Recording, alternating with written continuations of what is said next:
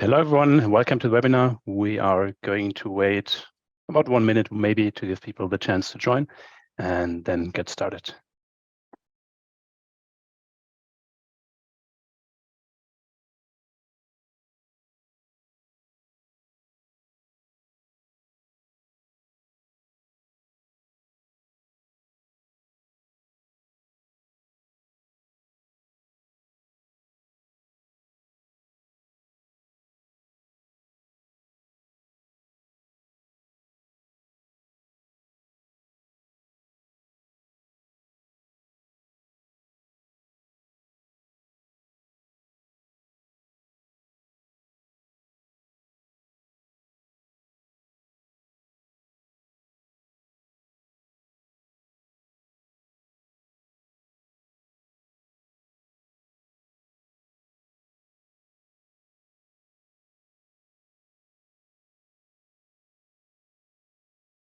All right, so welcome also to those who just joined, and glad to have you here for our time series webinar on from raw data to fast analysis in only 3 steps.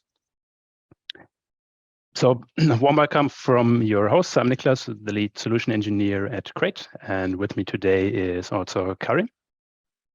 Hello, everyone. This is Karen here. I'm from the solution engineering team at Crate, and I'm really excited about this webinar today. Yeah, thank you, Karen. So we will guide you through the session today. If you have any questions throughout the webinar, please feel free to use the Q&A function in Zoom. So we have some time dedicated towards the end of today's session to answer all your questions, and we'll get back to them then at the end. Okay, so what can you expect from today's session? We are going to start with just a brief introduction to CrateDB regarding the features that are directly relevant for time series use cases. And we are going to introduce a small example use case that serves us as a starting point to then explore the different steps that it takes in CrateDB to implement your time series data. And that's going to be a 3-step process. So first, we are going to look how to create your table statement, how to model your data from the raw payload that you got.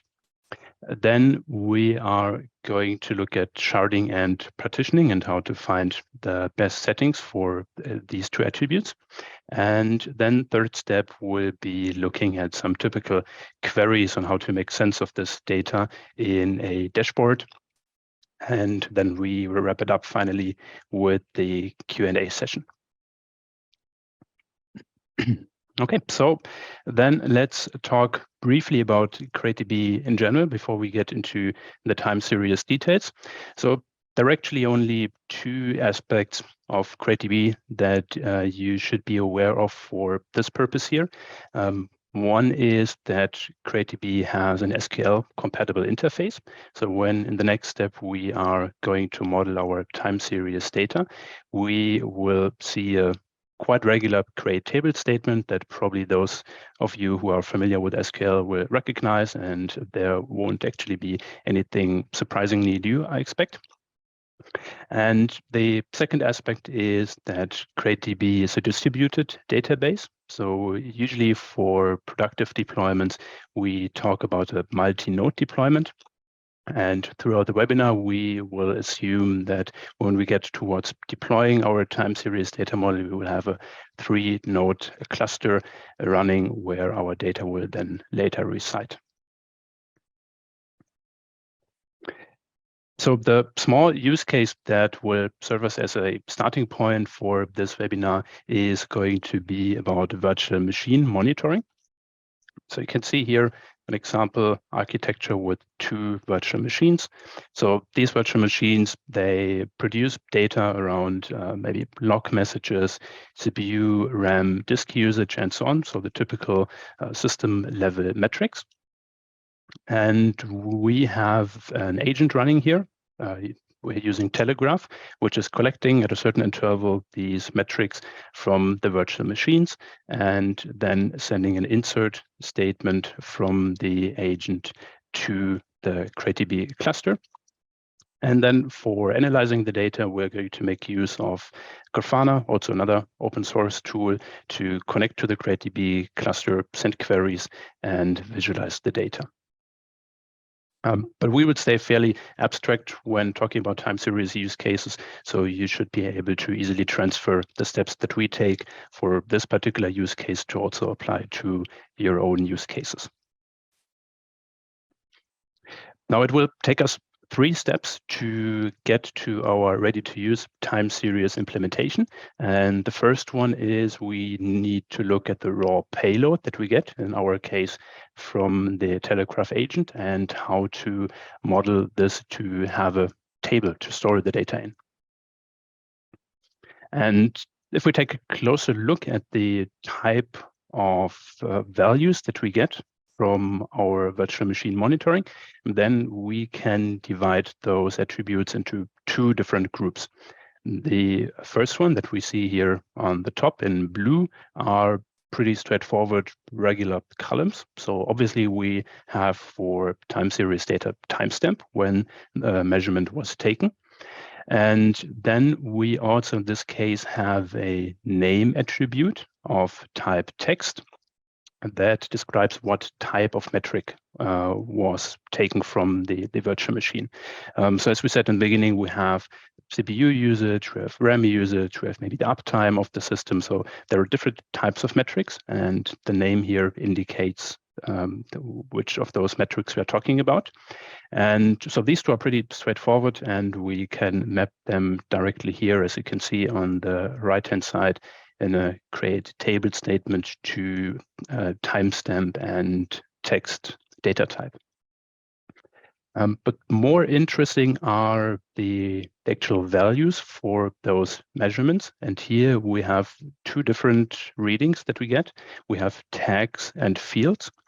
So if we look at, for example, the uptime that it gets reported from the Telegraph agent, then there is some metadata attached to it that indicates from which host, for example, the uptime was collected. So because we have several hosts running and reporting their metrics.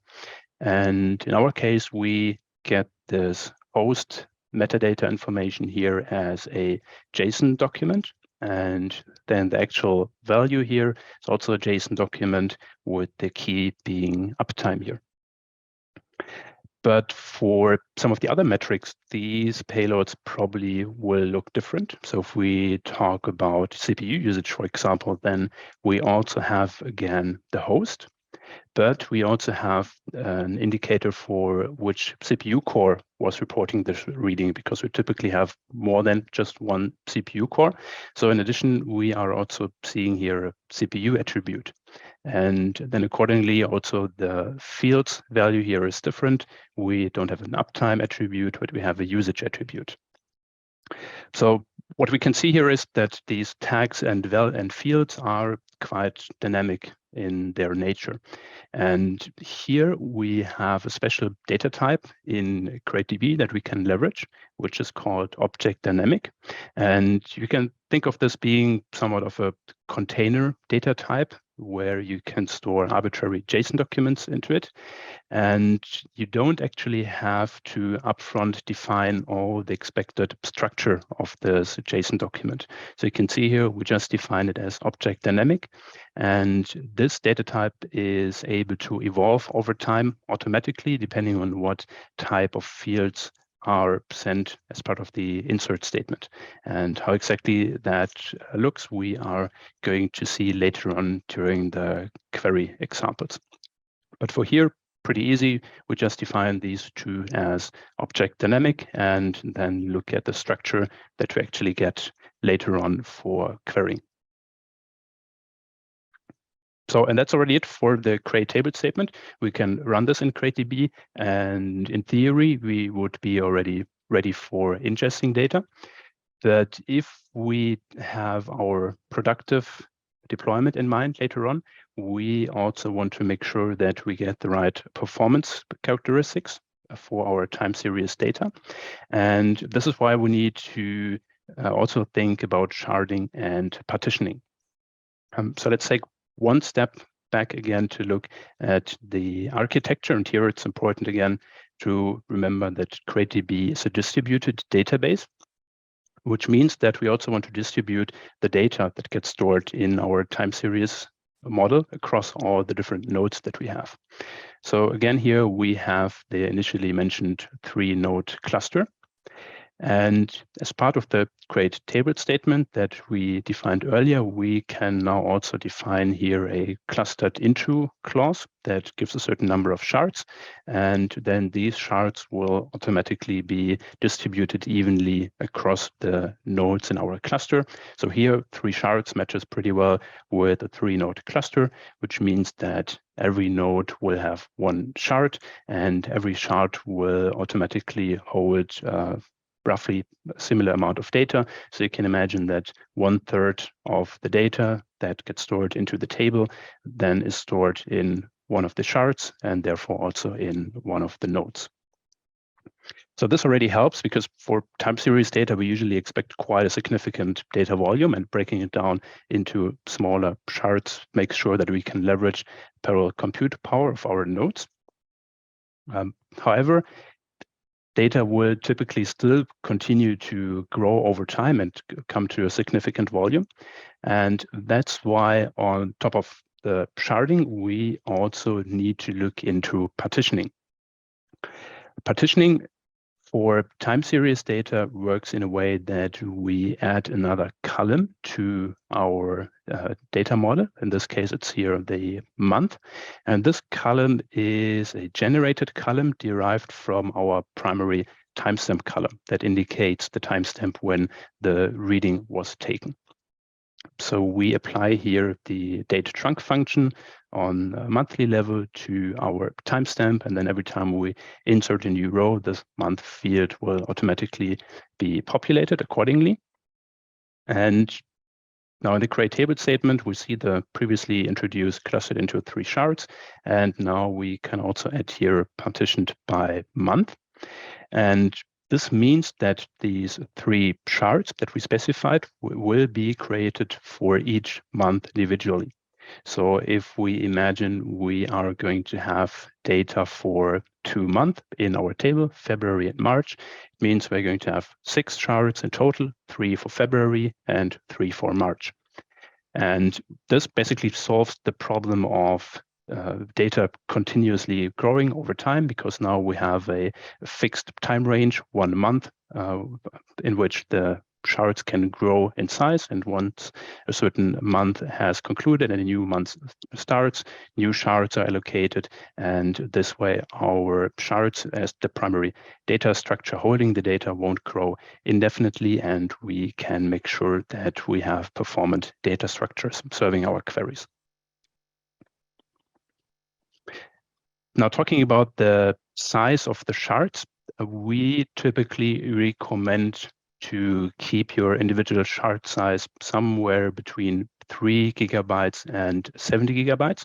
So these are numbers from our experience. They are not hard limits. You can have in CrateDB more or less arbitrarily small or large shards. But what happens here if you go below the 3 GB is that by creating a significant number of shards, it adds certain overhead to the system, because the cluster needs to be aware where all the shards are stored, what the routing information are, and certain metadata that comes with it. So we would typically try not to produce too many shards. And on the other hand, for the upper threshold, 70 GB, as you probably know, with every data structure, if it grows indefinitely, at some point, performance starts maybe degrading a little. So from our experience, if you stay somewhere in that area between 3 and 70 GB, you have a good trade-off between query performance and overhead. And that's a starting point. And then later on, once you see how your queries perform, you can still maybe tweak and decide if you want to go lower or higher in your shard size. And this is already all the theoretical knowledge that you need for building your time series data in CrateDB.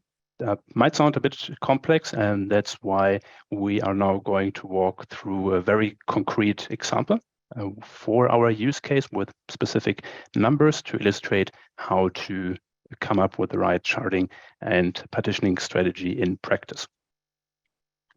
So the first step is going to be that we need to find out what data volume on the disk of our CrateDB cluster we can expect. And for this, we leave one of our virtual machines running for 24 hours and just keep data ingesting so that we can then check in the CrateDB admin UI what's the reported data volume. Because on one side, we have savings because of compression. On the other side, we have additional overhead for indexing. So it's not quite that obvious upfront how much data is going to be consumed. And that's why we're just generating representative example data by leaving it running for 1 day. And then we check what the consumption is. And in our case, we have for one single virtual machines for 1 day, 70 megabyte. And that's going to serve us as the starting point for calculating our partition strategy.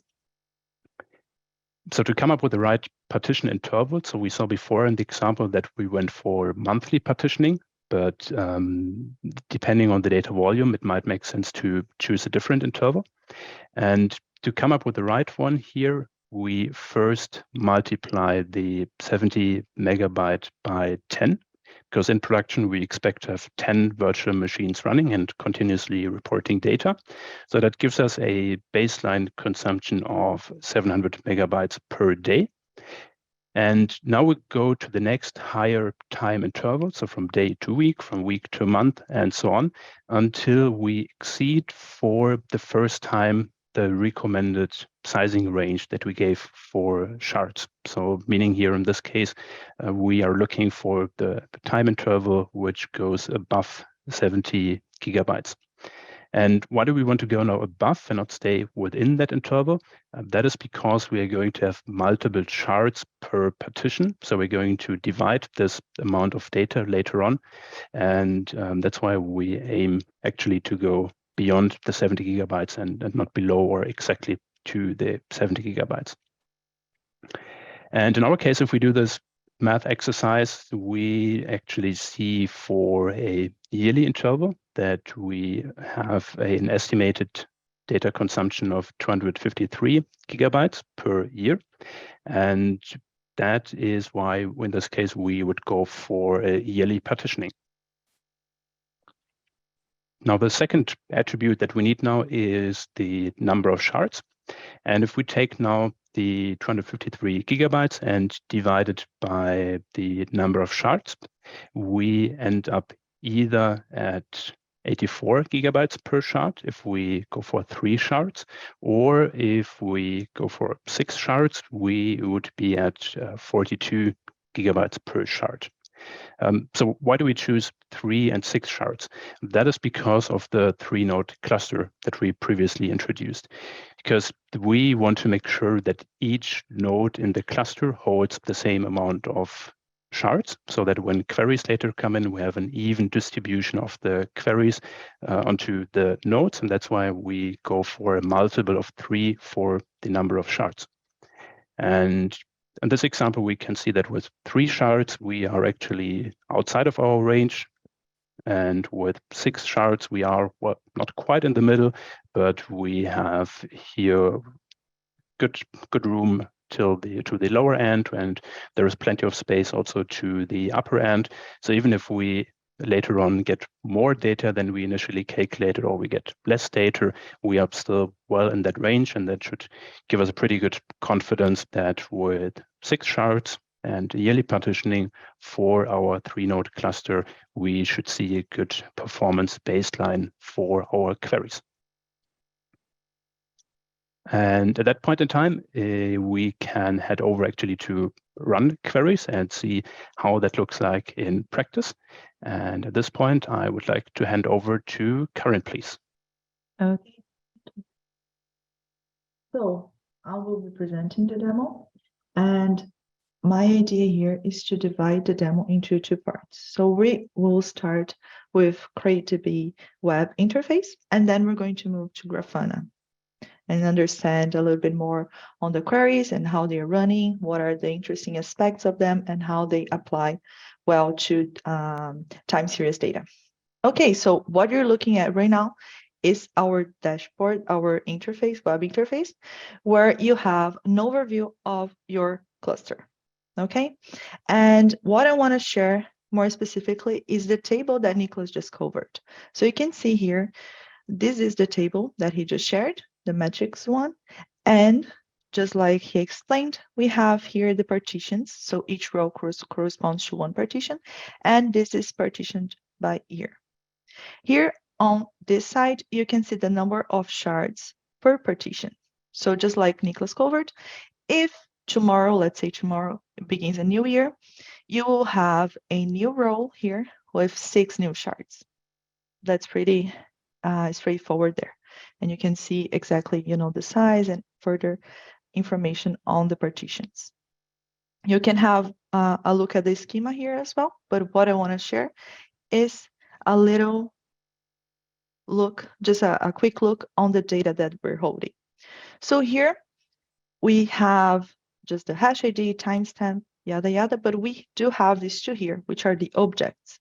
And just like Nicholas explained, they are dynamic, which means that the fields that they are holding can vary depending on the name in this case. So for instance, we have the system with a set of just one in this case, but if you have a different one, you have different subfields on that object. This is quite interesting because it provides a big flexibility on the data that you are modeling, and you make sure that it can adapt according to the data that is going to be ingested. Okay, that's the same for the field there, which is a dynamic object as well. Okay, so here I just showed you that you're able to run some interesting queries in the interface here. But usually, like, how would you use that, right? You will, if you have any specific questions that you want to check on your data, you just run the query here. But of course, if these questions, they are recurrent, it's better for you to have a dashboard. So that's what we're going to look at right now. So I hope you still can see. So this is the dashboard here. This is Grafana. We have CrateDB, the data that you just saw, as a data source for this dashboard here. Let me just minimize myself. So you have CrateDB as a data source for this dashboard here, and that's because it's Postgres dialect, and that's why we were able to connect them together. So what I'm going to show here is some of the interesting queries that you can run in the context of time series data. So I'm going to start with this one here, inspect the query that is running behind this visualization, this panel here. So the first thing that I want you to notice, well, that's not as exciting as you may have expected. I know this is just SQL, straightforward. And why is that? Because we do have that compatibility, and we have the concern to be compatible with the default Postgres dialect. So here you can see what I wanted to share. Here you can see the max by function. And that's quite interesting when we're talking about time series data, right? Because this way you can, based on one field, you can get the max value for that field. So it's quite interesting. We do have a recent post on that, and can be good for you to have a look. Also, besides that query, we do have another one here for the CPU usage, for example. So we have the date bin. Again, quite interesting on the context of time series data. And why is that? Because with date bin, you can analyze your data on those given intervals and get, I don't know, average or other metric that you want to look at. Another example that I want to share today is when it comes to text data. So let me inspect this query here. And you can see here that you have the match function. And that's interesting because first, well, Crate, we do store text data on a certain way that this is way faster for you to retrieve text information. And in this case, what is this query doing? Basically, we're looking for any messages. So we're looking for the logs, and we're looking for any messages that may contain error on them. That's important, since here we are evaluating and analyzing a set of VMs. We want to make sure that any errors there, we have to be informed. So that's an interesting way to apply that. And last but not least, I want to share this other query here. Let me inspect. There we go. And here we have the lag function. And why is that important? Sometimes in this case, I'm looking at the storage. So instead of just looking at the absolute value, so the changes that happens, I want only to see like the spikes whenever a big change on the consumption of the memory happens. And that's something that I can do with the lag. Okay, so that was just some of the examples of what we support, how we can extract the value out of your time series data. And it's important to mention that it's not restricted to what we shared here. So for instance, we also support window functions and other interesting applications for the queries to explore your data. All right, thank you, Karen, for that great practical overview.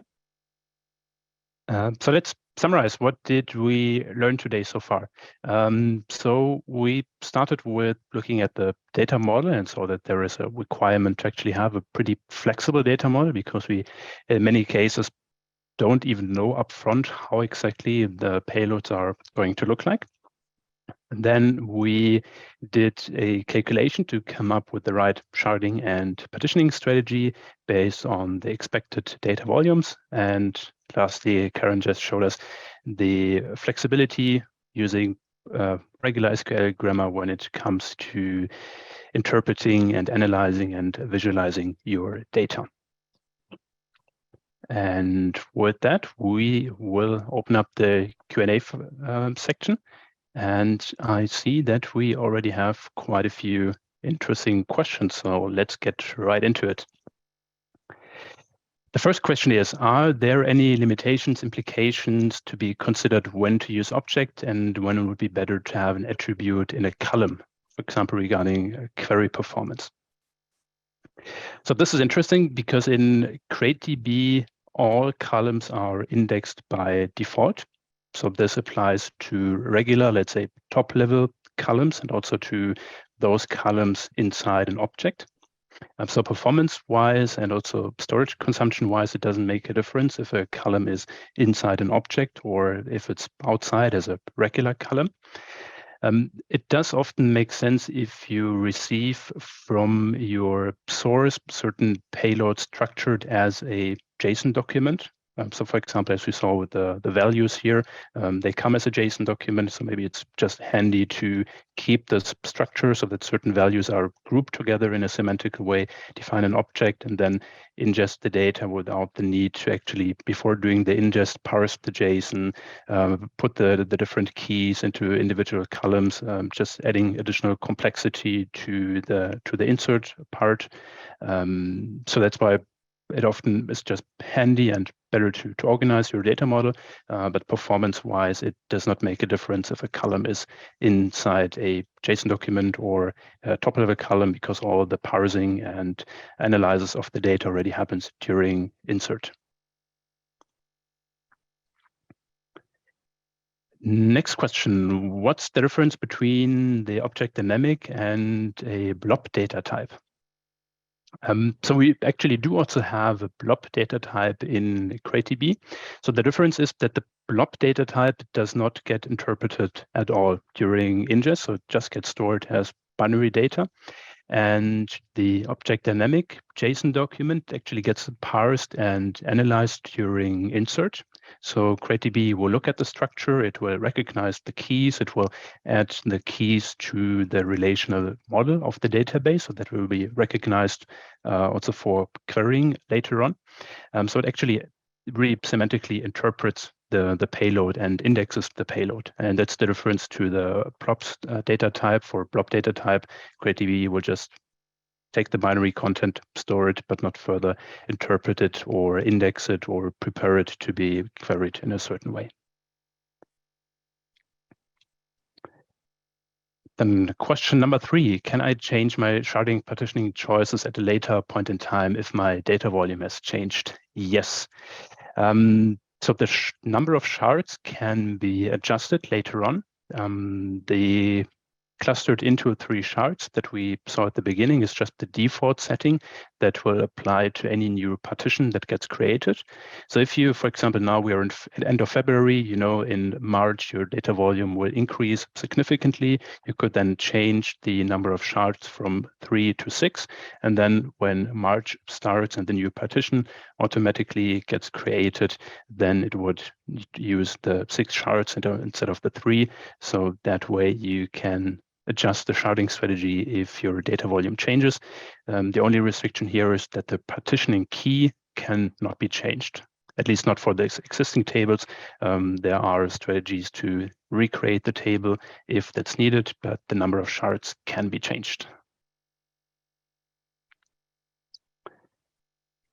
Okay, question number 4. What are the mechanisms in place to balance the distribution of data among the shards? So the data will be distributed by default evenly across the shards. So there is an internal ID generated for each of the rows. Then a hash function is applied on that internal ID, and then it's calculated modulo the number of shards. And this way, basically, we make sure that each shard has roughly, maybe with a single-digit percentage difference, the same number of rows. And the cluster will then also automatically take care of distributing the shards equally out of the box, so you don't need to do any manual tweaks there, but you can change the sharding key, so the attribute that's used to decide into which shard a row should go, if that is needed. But typically, in the most common cases, it's not needed to manually change this. Okay. Question number 5, does the SQL grammar also support window functions? Yes, it does. So we saw the lag window function in the dashboard, and there is a good number of different window functions supported for all sorts of analytical use cases.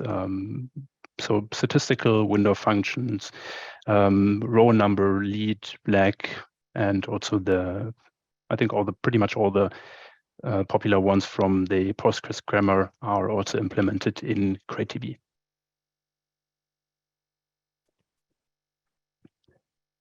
Okay, next question, number 6. What about index, a different type of index? So usually you don't need to worry about the indexing too much because it happens automatically out of the box by CrateDB. So CrateDB has a mapping in the background from data type to different indexing strategies that are automatically applied.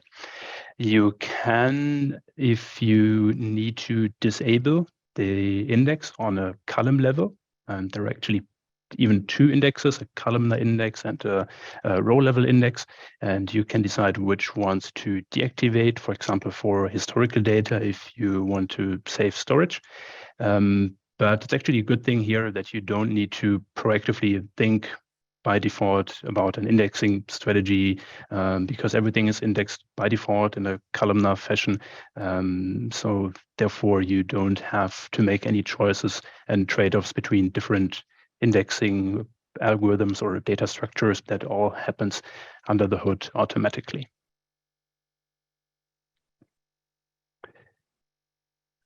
Okay, question number 7. Is there any built-in function to combine different time series together? For example, to get subsets of a given sensor data based upon a time series mask.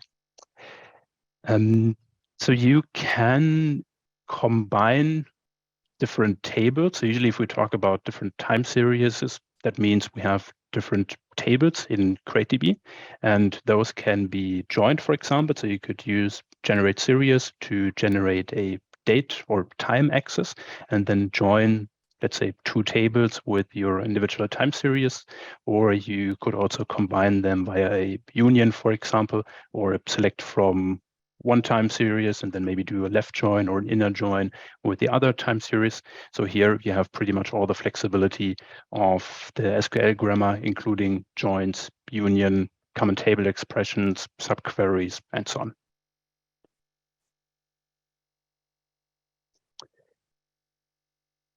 Question number 8, is there any way to cache specific queries?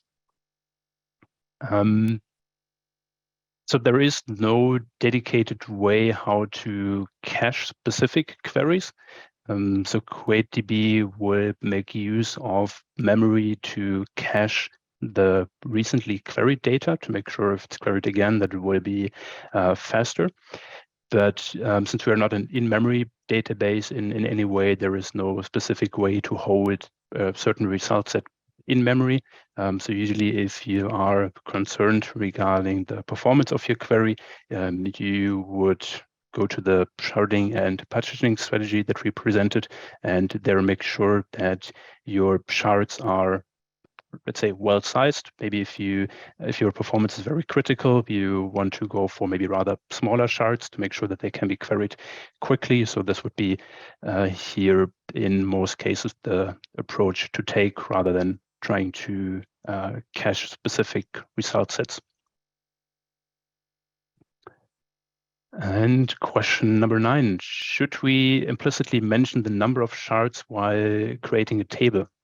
Crate assigns shards based on number nodes and CPU core within a node. Yes, so that's true. You don't need to mandatorily specify the number of shards. There is a default formula.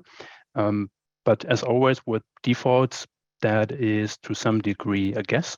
And depending on a data model, you might find these defaults to work just fine and deliver the results in performance that you are expecting. Then there is nothing wrong with sticking to the default. But usually once you expect significant data volume and it would become pretty expensive time-wise to later on change the sharding and partitioning for maybe gigabytes or terabytes of data, then we recommend really going through the exercise that we demonstrated here, do the calculations, make sure that you end up somewhere in that range, do your performance benchmarks to validate that, and then that might be what the default already suggested. Great, then you can go ahead with the confidence. But there we recommend really doing the calculation based on the sharding size. Okay, question number 10. The performance impact of having a good or bad sharding and partitioning strategy affects more in inserting or querying. So it can affect both, typically most significantly on the querying side, but the number of shards also decides how much parallel ingest you can have. So if you have 3 shards, for example, then also when you ingest data and the rows get distributed to the shards, it can only parallelize onto 3 shards. And if you have 6 shards, then you have twice the degree of parallelizing also inserts. So it can make an effect here, but typically more significant on the querying part, because going through the indexes and reading the data is typically more expensive than just appending data to the indexes. Okay, question number 11. What about statistics in CrateDB? Yes, so there are also runtime statistics that are used to optimize certain types of queries, certain joins, for example. But statistics, they don't play a role directly for the sharding and partitioning directly, not for ingest, and also not strictly relating to reading, but the query planner, when it looks at executing a query, translating it to a logical execution plan, will then look at certain cardinalities and might choose a different type of join calculation, for example, depending on the cardinalities. Okay, question number 12. What about to delete a huge or all of the table columns in one normal or object column? So currently CrateDB does not yet support an alter table drop column, but that is most likely going to come in one of the next releases. So I think it's not entirely sure yet, but that is definitely a highly requested feature, and I'm pretty positive that in some future we are going to see it. I can't make any promises here, but right now, if you would want to drop a column, you would need to create a new table without that column to be dropped, copy data from the previous table to the new one, and then switch the tables. But yeah, we are hopefully going to address that soon, and then also add a alter table delete column that would mark the column for deletion, and then most likely it's going to get pruned at some later point in time, but this depends on the implementation. And question number 13, is this data model also usable for non-real-time analytics? For example, if I want to have a chart that shows me the daily peak in CPU usages over all VMs, is it necessary to have any changes for such a use case? So I think that the data model that we showed can be used also for non-real-time analytics use cases, because we have the partitioning in place. So even if you go to older data, then the query planner knows which partitions to look for and will only search for the data in relevant charts. So that's not a problem. And you will see the same performance if you query old data or new data, at least with the default table structure that we looked at. So there won't be any performance penalty or such if you look for older data. So that's perfectly fine and doesn't need any change in the way how the table is defined. Okay, and there are some more. Is it a good idea to partition by tags if queries are essentially based on a set of tags plus a range of time series? So tags might be a little bit too fine-grained, at least for the specific example that we presented here, because there can be many different tags. We don't even quite know upfront the number of tags that we could expect.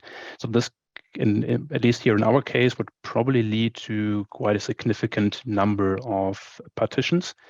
I mean, the advantage would be that, of course, the finer the selection of the data is per partition, the smaller the shards will be, the faster lookups will be. But we also need to make sure that we don't add too many partitions and too many shards to the system to add additional overhead. But it can be in some situations if you have, for example, additional customer ID or location ID, and you know how many values roughly to expect for it, and you did the sharding calculation, and you made sure that you end up in the range of the shard set that we recommended, that you can add, besides just the time abstraction, like the month in our example, also another ID, for example, so that's possible. And if the numbers for the shard size confirm that you end up in a good shard range, then that would definitely be an option to explore and test depending on the queries that you later also want to run.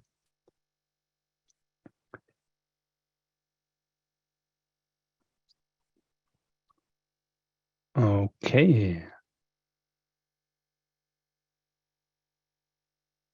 And I think that was so far the last question.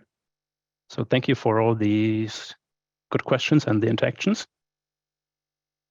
If you want to try out CrateDB, there are two different ways. So you can get started, probably the easiest way, using CrateDB Cloud, sign up and start a cluster. You will get $200 of free credits to deploy your own cluster and be up and running in a couple of minutes.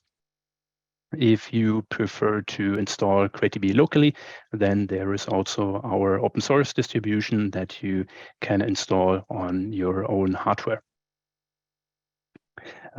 Finally, one small outlook, there is also going to be a white paper with some additional use case related information about time series and CrateDB, which will be sent to you via email later next month.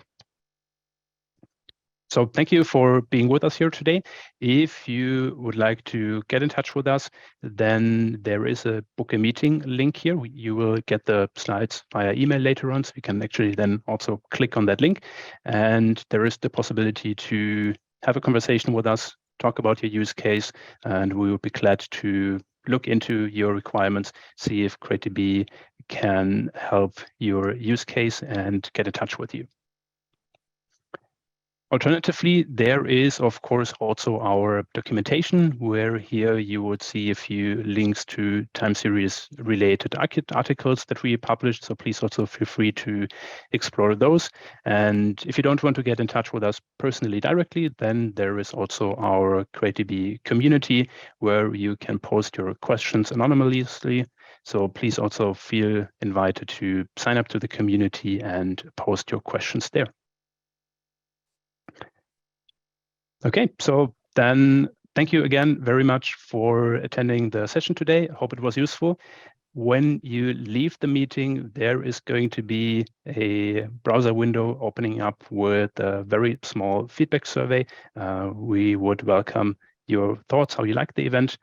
And yeah, thank you for being here today. Looking forward to hopefully see you in the community or sometime in person soon. Thank you. Goodbye.